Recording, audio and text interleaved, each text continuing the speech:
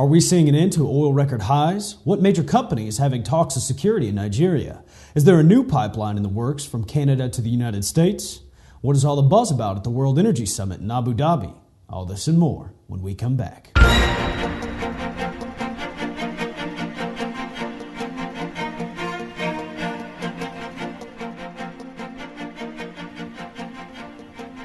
Hello and welcome back to Energyscout News and Information. I'm your host, Red Byers. Today's segment will focus on major producers within the energy industry. In breaking news, oil fell below $88 a barrel today as stock markets declined further, brushing off a temporary reprieve from yesterday's large cut in the United States rates amid persistent fears of a global economic slowdown. The United States government inventory data are also likely to show a 1.4 million barrel rise in gasoline stocks as refineries begin to build up supplies for the summer of 2008. Speaking on the sidelines of the World Economic Forum, Vanderveer, the boss of Shell Oil, told Newswires he would meet with Nigeria's president this week to discuss security and energy funding. Vanderveer stated, "We have lots to talk about. It's not only about security, it's also about funding. The lack of funding for some projects has caused issues with meeting targets. It's prevented us from ending all gas flaring. Now, the facilities themselves come under renewed offense since the militant group in the southern region of Delta ended a self-imposed ceasefire in September of last year." ConocoPhillips has taken a 50% stake in the Keystone Oil Pipeline. The move follows a memorandum of understanding which committed ConocoPhillips to transporting crude oil via the pipeline and gave the producer the right to take a stake of up to 50%. ConocoPhillips' boss Jim Mulva said ConocoPhillips is pleased to sign this agreement with TransCanada and take an important step in providing another reliable source of transportation for Canadian crude oil to the United States refineries. Now, this long-term contract is for 495,000 barrels of oil per day, with an average existence of 18 years. BP plans to build a plant similar to the United States' $2 billion carbon capture facility, originally planned for Peterhead, Scotland. BP controversially canceled plans to build the Peterhead plant, which would have produced clean power and created about 1,000 local jobs in May of last year. Plans for the plant were discussed at the World Future Energy Summit being held in Abu Dhabi. Now it's down to business. Leading the pack today is PetroChina at 0.36%. They're the only ones holding the leading position this week over last week. Lagging behind is BP at 4.9%. Now I see it, but I don't believe it, but crude oil is down 72 cents to $88.85. Natural gas is following that trend and fell 32 cents to $7.67.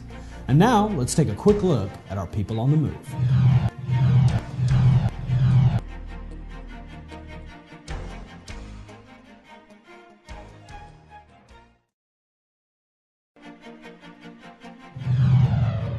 In strange news today, a strange police video captured a Ghost Rider, or the next Houdini.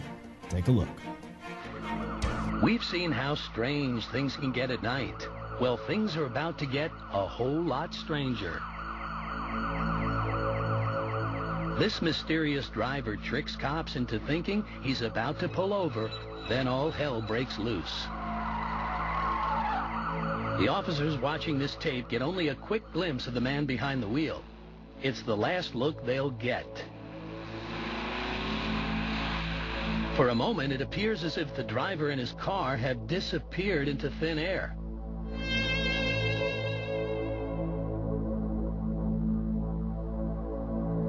But in the blink of an eye, the driver comes into view again. This time, he tries to outrun the police rather than just vanish.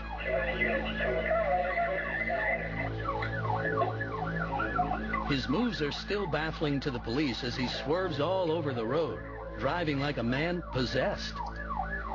And just when he's really thrown the cops for a loop, he gets back on a straightaway, showing off a seemingly supernatural speed. We're still approaching S16.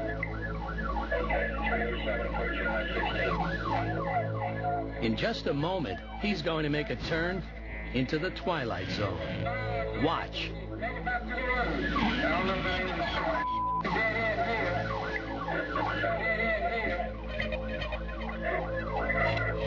The fence at the end means no way out, or does it? Even watching it again, cops are unable to make sense of it.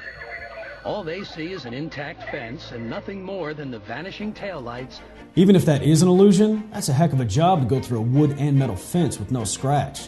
Well, that's one way to get out of a speeding ticket.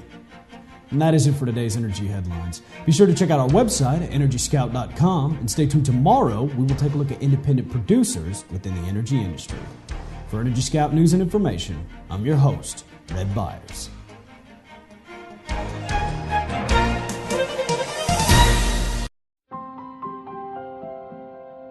Every day, it seems, talk of oil, energy, the environment. Where are the answers?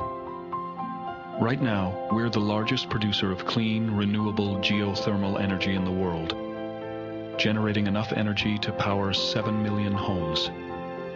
Imagine that. An oil company as part of the solution. This is the power of human energy.